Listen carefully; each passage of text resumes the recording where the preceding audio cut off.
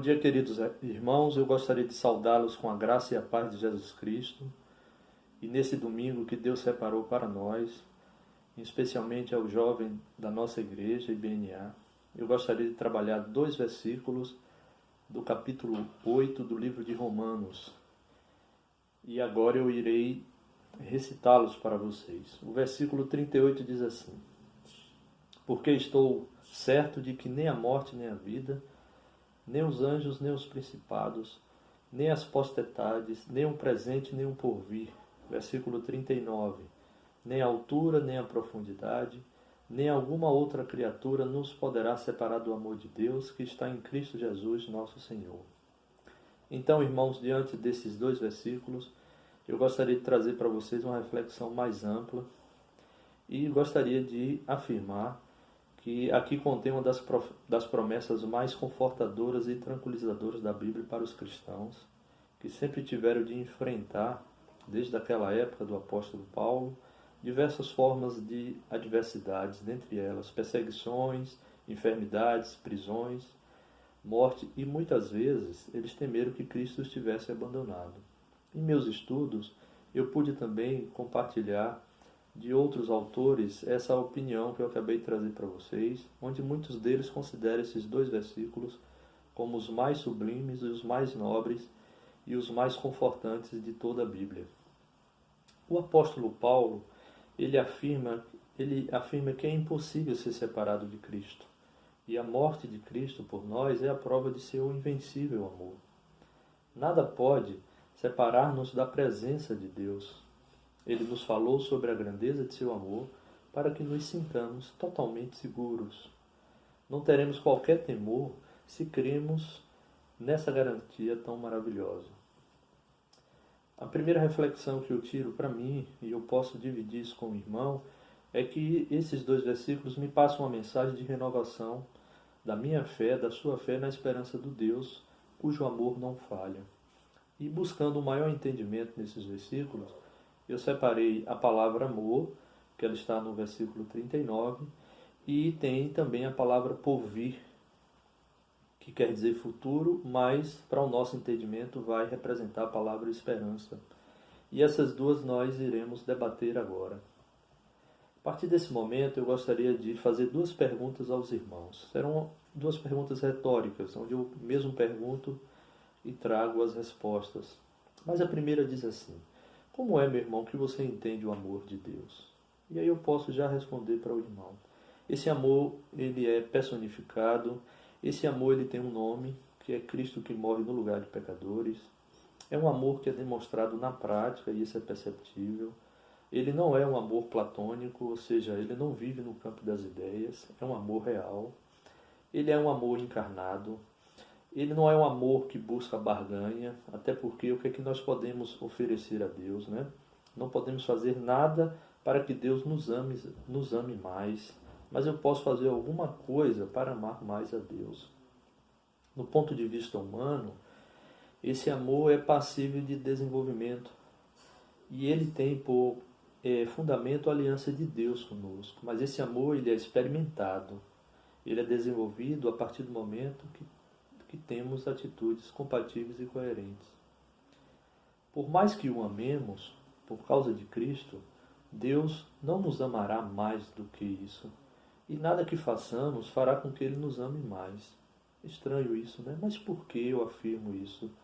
Porque esse amor, ele já foi provado através de Cristo. É o que a gente vê nas Escrituras quando diz assim: porque tudo já está consumado. Então, tudo que foi e que deveria ser feito, o Filho Jesus Cristo já fez. Esse amor de Deus, ele é um amor claro, ele é um amor que não confunde, ele é um amor que não perturba. Isso é contrário a muitos amores, aos diversos tipos de amores que são cultuados nesse mundo nosso, né? Nesse mundo atual. Acima de tudo, o amor de Cristo, ele é um amor leal, ele é um amor incondicional, ele é pactual. E é um amor que também pode estar ligado à obediência. E aí eu vou trazer como referência o próprio livro de Romanos, no seu capítulo 6, em 2 versículos, o 17 e 18. Então o 17 diz assim: mas a graça Mas graças a Deus que, tendo sido servos do pecado, obedecestes de coração à forma de doutrina a que fostes entregue. E o 18, ele traz assim para a gente. E libertados do pecado, foste feitos servos da justiça. Aquele que me ama, guarda os meus mandamentos. É um amor de submissão. Submeter ao que foi dito por Deus. E você não submete a quem você não reconhece com autoridade sobre a sua vida. A segunda pergunta que eu trago para os irmãos é: o que é esperança? O que é o significado de esperança? E o que dizer dos benefícios dessa esperança e as implicações que pode trazer na nossa vida prática? Eu vou trazer uma outra referência que também está no livro de Romanos, que é no capítulo 5, nos versículos de 2 a 5, que diz assim: pelo qual também temos entrada pela fé a esta graça, no qual estamos firmes e nos gloriamos na esperança da glória de Deus. E não somente isso, mas também nos gloriamos nas tribulações, sabendo que a tribulação produz a paciência, e a paciência a experiência, e a experiência a esperança. E a esperança, irmãos, ela não traz confusão, porquanto o amor de Deus está derramado em nossos corações, pelo Espírito Santo que nos foi dado. A explicação que eu posso trazer para essa referência no capítulo 5. Primeiro que, para os cristãos do primeiro século, sofrer era uma regra, não a exceção. E o apóstolo Paulo, ele dizia que devemos superar o sofrimento para sermos aprovados por Deus. Isso significa que experimentaremos dificuldades que nos farão crescer. Devemos nos alegrar no sofrimento, não por gostarmos da dor ou por negarmos o seu drama, mas porque sabemos que Deus usa as dificuldades da vida e os ataques de Satanás para edificar o nosso caráter.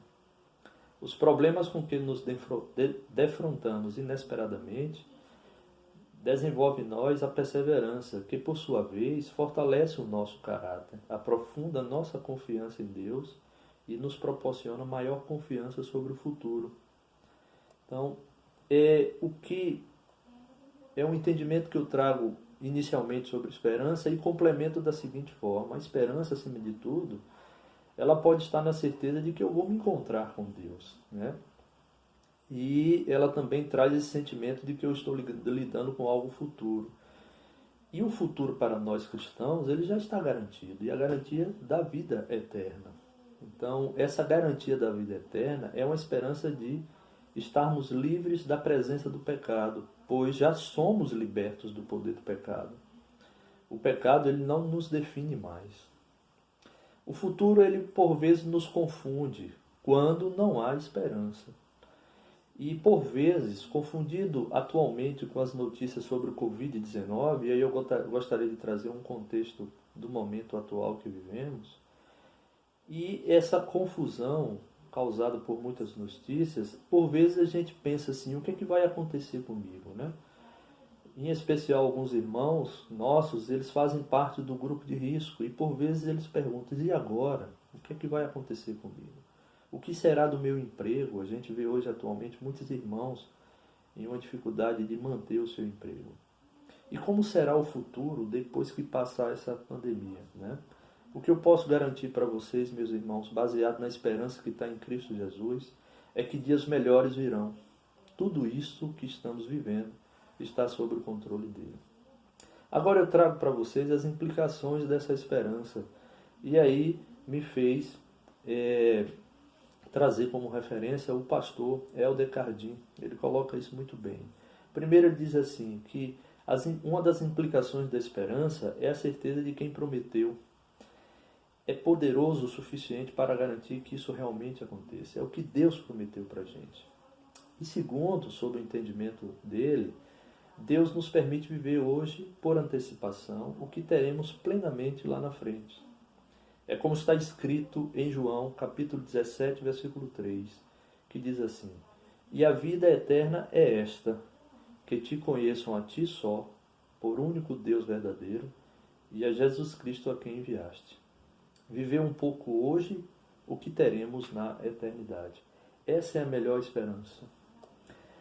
Em resumo, o capítulo 8 de Romanos, onde estão os 2 versículos dos temas da nossa aula de hoje, ele trata especificamente da segurança que nós podemos ter na nossa redenção em Cristo Jesus, que Deus que começou a boa obra em nós, Ele irá terminar conforme Ele prometeu.